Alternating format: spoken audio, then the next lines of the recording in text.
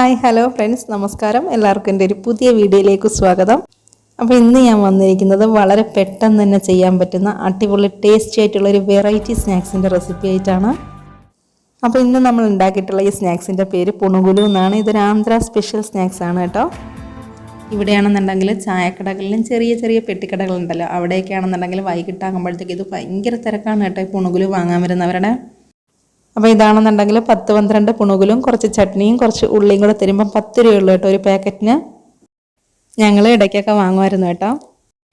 ഇപ്പം നമുക്ക് വെളിയിലേക്ക് പോകാൻ പറ്റാത്ത ഈ ലോക്ക്ഡൗൺ സമയത്ത് 1 കപ്പ് ഇഡലിമാവ് ഉണ്ടെങ്കിലുണ്ടല്ലോ, നമ്മളുടെ കുട്ടികൾക്ക് ആവശ്യാനുസരണം ചെയ്ത് കൊടുക്കാൻ പറ്റുന്ന നല്ല അടിപൊളി ടേസ്റ്റി ആയിട്ടുള്ള ഒരു പുണുകുലുമാണിത്. അപ്പോൾ ഈ പുണുകുലുവിൻ്റെ കൂടെ ഞാനൊരു ചട്നിയും കൂടെ പുണുകുല കഴിക്കാനായിട്ട് കാണിക്കുന്നുണ്ട് കേട്ടോ.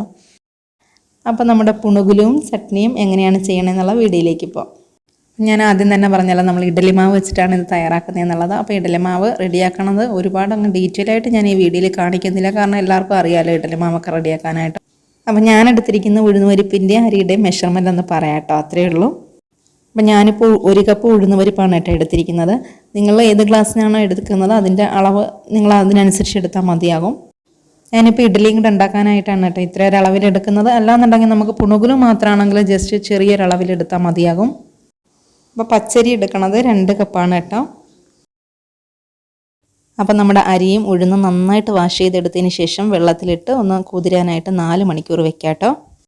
4 മണിക്കൂർ കഴിഞ്ഞതിന് ശേഷം നമ്മുടെ അരിയും ഉഴുന്നും ഞാൻ അരച്ചു കൊണ്ടുവന്നിട്ടുണ്ട്. അരയ്ക്കുന്ന സമയത്ത് ഞാൻ 1 കൈ ചോറും കൂടി ഇട്ട് കൊടുത്തിട്ടാണ് കേട്ടോ അരച്ചിട്ടുണ്ടായിരുന്നത്. അപ്പം നമ്മൾ ഇഡലിമാവ് അരയ്ക്കാനായിട്ട് ചേർക്കുന്ന വെള്ളം ഉണ്ടല്ലോ, അത് അത്രയല്ലാതെ അതിൽ നിന്ന് 1 പൊടിക്ക് താഴെയായിട്ട് നിൽക്കുന്നത് തന്നെയാണ് കേട്ടോ വെള്ളം എപ്പോഴും നല്ലത്. അപ്പോൾ പുണുകുലു ഉണ്ടാക്കിയതിൻ്റെ ബാക്കി മാവിൽ ഇഡലി ഉണ്ടാക്കുമ്പോൾ വെള്ളം ആവശ്യമായിട്ടുണ്ടെങ്കിൽ നമുക്ക് ചേർത്ത് കൊടുക്കാമല്ലോ. നമ്മുടെ സാധാരണ ഇഡലിമാവ് പുളിക്കാനായിട്ട് വെക്കുന്നത് പോലെ തന്നെ ഇതും 6 മുതൽ 8 മണിക്കൂർ വരെ നമുക്കൊന്ന് പുളിക്കാനായിട്ട് വെക്കാം കേട്ടോ. അപ്പോൾ വൈകിട്ട് പുണുകുലു ഉണ്ടാക്കാനാണെന്നുണ്ടെങ്കിൽ നമ്മൾ രാവിലെ അരച്ച് വെച്ചാൽ മതിയാവും കേട്ടോ. ഇപ്പം നമ്മുടെ മാവ് 8 മണിക്കൂറൊക്കെ കഴിഞ്ഞതിന് ശേഷം നല്ലതുപോലെ പുളിച്ച് കിട്ടിയിട്ടുണ്ടേ. ഒരു തവി കൊണ്ടൊന്ന് മിക്സ് ചെയ്തെടുക്കാമേ.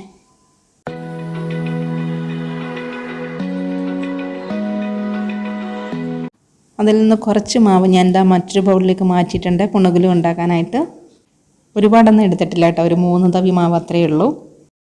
ഇനി ഇതിലേക്ക് നമുക്ക് ആവശ്യമായിട്ടുള്ള ഉപ്പും പിന്നെ 1 പിഞ്ച് സോഡാപ്പൊടിയും കൂടെ ചേർത്ത് കൊടുക്കാം കേട്ടോ. സോഡാപ്പൊടി കൂടിപ്പോകേണ്ട ആവശ്യമില്ല, 1 പിഞ്ച് മതിയാകും. ഇത് രണ്ടും ചേർത്ത് നന്നായിട്ടൊന്ന് മിക്സ് ചെയ്ത് കൊടുക്കുക കേട്ടോ. അപ്പോൾ പുണുകുലുവിന് ആവശ്യമായിട്ടുള്ള മാവ് മാറ്റിയതിന് ശേഷം ബാക്കി വന്ന മാവാണ് ഇത് ഇഡലി ഉണ്ടാക്കാനായിട്ട് മാറ്റി വയ്ക്കുകയാണ് ഞാൻ. അപ്പോൾ നമ്മളുടെ പുണുകുലുവിൻ്റെ മാവ് ഇവിടെ റെഡി ആയിട്ടുണ്ട്. ഇനി നമുക്കിത് ഉണ്ടാക്കാനായിട്ട് തുടങ്ങാം കേട്ടോ. അപ്പോൾ നമ്മുടെ പുണുകുലു ഫ്രൈ ചെയ്തെടുക്കാൻ വേണ്ടിയിട്ട് ഞാനൊരു പാൻ എടുത്ത് വെച്ചിട്ടുണ്ട്. ഇതിലേക്ക് റൈസ് ബ്രാൻഡ് ഓയിലാണ് ഒഴിച്ചു കൊടുക്കുന്നത്. ഓയിൽ നന്നായിട്ടൊന്ന് ചൂടായി വരുമ്പോൾ നമുക്കിതിലേക്ക് മാവ് ഇട്ട് കൊടുക്കണം കേട്ടോ. ഇപ്പം നമ്മുടെ ഓയിൽ നന്നായിട്ട് ചൂടായി വന്നിട്ടുണ്ട്. ആദ്യം തന്നെ കൈ ഞാൻ ജസ്റ്റ് വെള്ളത്തിലൊന്ന് മുക്കി എടുത്തിട്ടുണ്ട്. ജസ്റ്റ് ഒന്ന് നനഞ്ഞ് കിട്ടിയത് കേട്ടോ, ഒരുപാട് വെള്ളം കയ്യിലാവാൻ പാടില്ല. എന്നിട്ട് മാവ് കൈ കൊണ്ട് ഇങ്ങനെ എടുത്ത് എണ്ണയിലേക്ക് ഇങ്ങനെ ജസ്റ്റ് ഒന്ന് നുള്ളി ഇട്ട് കൊടുക്കുക എന്ന് പറയില്ല, അങ്ങനെ അങ്ങ് ഇട്ട് കൊടുത്താൽ മതി. ഷേപ്പൊക്കെ നമ്മൾ ഫ്രൈ ആയി വരുമ്പോൾ കറക്റ്റ് ഷേപ്പിൽ വന്നോളൂ കേട്ടോ. പിന്നെ അരി ഉഴുന്ന് അരച്ചെടുക്കുന്ന സമയത്ത് നമ്മൾ വെള്ളത്തിൻ്റെ അളവ് വളരെയേറെ ശ്രദ്ധിക്കണം കേട്ടോ. കാര്യം വെള്ളത്തിൻ്റെ അളവ് കൂടാനേ പാടില്ല. വെള്ളത്തിൻ്റെ അളവ് കൂടുകയാണെന്നുണ്ടെങ്കിൽ നമ്മളിങ്ങനെ ഇട്ട് കൊടുക്കുന്ന സമയം ഉണ്ടല്ലോ, അപ്പോഴത്തേക്ക് ഇങ്ങനെ വെള്ളത്തിൻ്റെ ഇതുകൊണ്ട് പൊട്ടലും ചീറ്റലും ഒക്കെ സൗണ്ട് വരികയും ചെയ്യും. ഇതിൽ ഓയിൽ ഇങ്ങനെ കുടിക്കുകയും ചെയ്യും. പിന്നെ ഈ ഷേപ്പിലും കിട്ടില്ല കേട്ടോ. ഓയിൽ നന്നായിട്ട് ചൂടായ ശേഷം നമ്മൾ ഈ മാവ് ഇട്ട് കൊടുക്കുന്ന സമയത്ത് ഫ്ലെയിം ലോ ടു മീഡിയം ആക്കണേ. എല്ലാ സ്ഥലവും ഒരേപോലെ കുക്കായി കിട്ടാൻ വേണ്ടിയിട്ട് നമ്മൾ ഇതേപോലെ തിരിച്ചും മറിച്ചൊക്കെ ഒന്ന് ആക്കി കൊടുക്കണേ. ഇപ്പോൾ ഇത് നല്ലതുപോലെ കുക്കായി നല്ല കളറും വന്നിട്ടുണ്ട്. നമുക്കിത് കൂരി മാറ്റാം കേട്ടോ.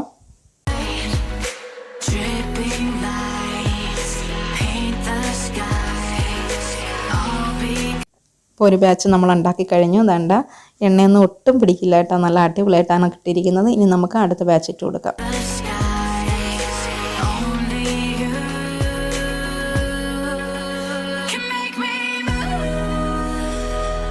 അപ്പോൾ നമ്മുടെ സെക്കൻഡ് ബാച്ച് ഇട്ടതും ആയിട്ടുണ്ട്.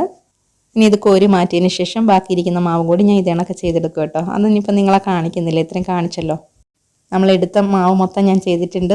ഒട്ടും ഓയിലൊന്നും കുടിച്ചിട്ടില്ല കേട്ടോ, നല്ല അടിപൊളിയായിട്ട് തന്നെ കിട്ടിയിട്ടുണ്ട്. ഇനി ഇതിന് വേണ്ടിയിട്ടൊരു ചട്നി തയ്യാറാക്കാം നമുക്ക്. ചട്നി പിന്നെ ഓരോരുത്തരുടെ അളവിനനുസരിച്ച് ഉണ്ടാക്കിയത് കേട്ടോ. ഞാനിപ്പോൾ ഉണ്ടാക്കുന്ന അളവ് പറഞ്ഞുതരാം. ഒരു 1/2 ടീസ്പൂണോളം ഓയിൽ ഒഴിച്ച് കൊടുത്തതിന് ശേഷം ഇതിലേക്ക് കപ്പലണ്ടി, അതായത് നിലക്കടല ഒരു 1/4 കപ്പ് എടുത്തിട്ടുണ്ട്. ഇതൊന്ന് ജസ്റ്റ് ഫ്രൈ ചെയ്തെടുക്കാം കേട്ടോ.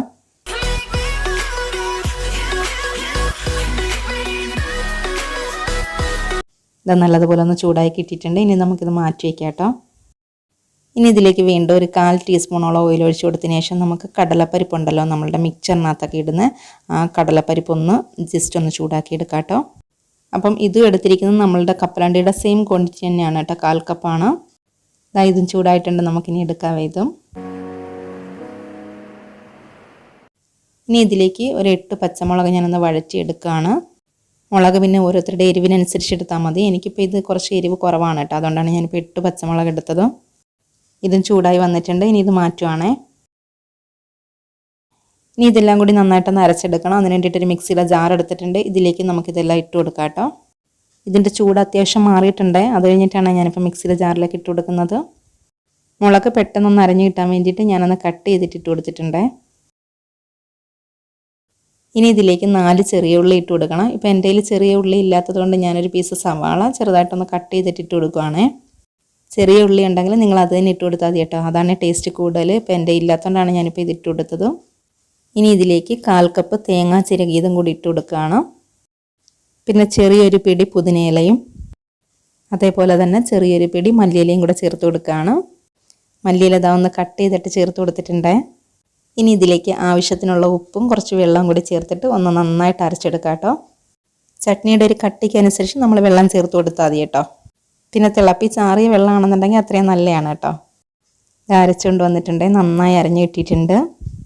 ഈ ചട്നി അരയ്ക്കണ സമയത്ത് നിങ്ങൾക്ക് വേണമെന്നുണ്ടെങ്കിൽ ചെറിയൊരു പീസ് ഇഞ്ചിയും കൂടെ ചേർത്തിട്ട് അരയ്ക്കാം കേട്ടോ. ഞാനിപ്പം ചേർത്ത് കൊടുത്തിട്ടില്ല. ഇനി ഈ ചട്നിയിലേക്ക് നമുക്കൊന്ന് കടുക് വറുത്തിടണം കേട്ടോ. അതിന് വേണ്ടിയിട്ട് ഒരു പാൻ എടുത്ത് അതിലേക്ക് കുറച്ച് ഓയിൽ ഒഴിച്ച് കൊടുത്തതിന് ശേഷം ഓയിലൊന്ന് ചൂടായപ്പോൾ 1 ടീസ്പൂൺ കടുക് ഇട്ട് കൊടുത്തിട്ടുണ്ട്.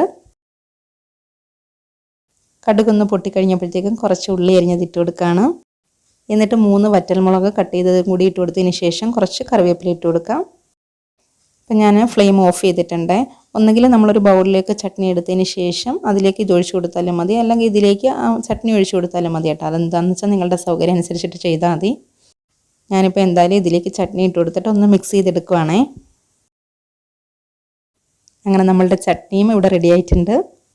പിന്നെ ഞാനൊരു സവാള ചെറുതായിട്ടൊന്ന് ചോപ്പ് ചെയ്തതിന് ശേഷം കുറച്ച് മല്ലിയിലയും കൂടെ ചോപ്പ് ചെയ്തിട്ടൊന്ന് മിക്സ് ചെയ്തെടുത്തിട്ടുണ്ട്.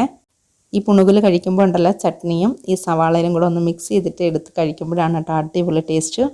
അങ്ങനെ കുറച്ച് മാവിൽ തന്നെ അതാ ഒരു ബൗൾ നിറച്ച് പുണുകുല് നമുക്ക് കിട്ടിയിട്ടുണ്ട്. അങ്ങനെ നമ്മളുടെ പുണുകുലും ചട്നിയും സവാള അരിഞ്ഞതും ഒക്കെ ഇവിടെ റെഡി ആയിട്ടുണ്ട്. ഇനി കഴിച്ചാൽ മാത്രം മതി കേട്ടോ. ഇതിൻ്റെ ടേസ്റ്റ് ഒന്ന് നോക്കട്ടെ.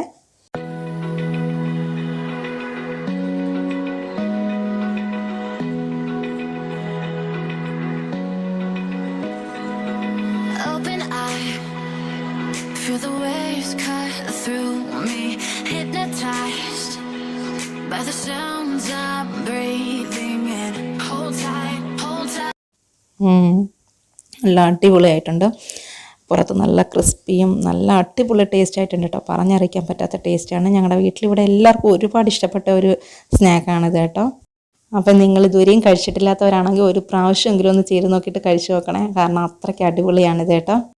അപ്പോൾ ഒരു പ്രാവശ്യമെങ്കിലും നിങ്ങളിത് ഉണ്ടാക്കി കഴിക്കുകയാണെങ്കിലുണ്ടല്ലോ ഇതിൻ്റെ ടേസ്റ്റ് നിങ്ങൾ ഒരിക്കലും മറക്കുകയില്ല. പിന്നെ ഇടയ്ക്കിടയ്ക്ക് ഉണ്ടാക്കുകയും ചെയ്യും, അത് ഉറപ്പാണ് കേട്ടോ.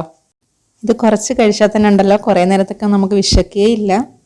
അപ്പം നമ്മുടെ ആന്ധ്ര സ്പെഷ്യൽ സ്നാക്സ് എല്ലാവർക്കും ഇഷ്ടമായിട്ടുണ്ടായിരിക്കുന്നു വിചാരിക്കണം. ഇഷ്ടമായിട്ടുണ്ടെങ്കിൽ നിങ്ങളൊന്ന് ചെയ്ത് നോക്കിയിട്ട് ഫീഡ്ബാക്ക് എന്നെ അറിയിക്കുക. ഈ വീഡിയോ ഇഷ്ടമായിട്ടുണ്ടെങ്കിൽ നിങ്ങളൊന്ന് ലൈക്ക് ചെയ്യുക, അതേപോലെ തന്നെ കമൻറ്റ് ചെയ്യുക.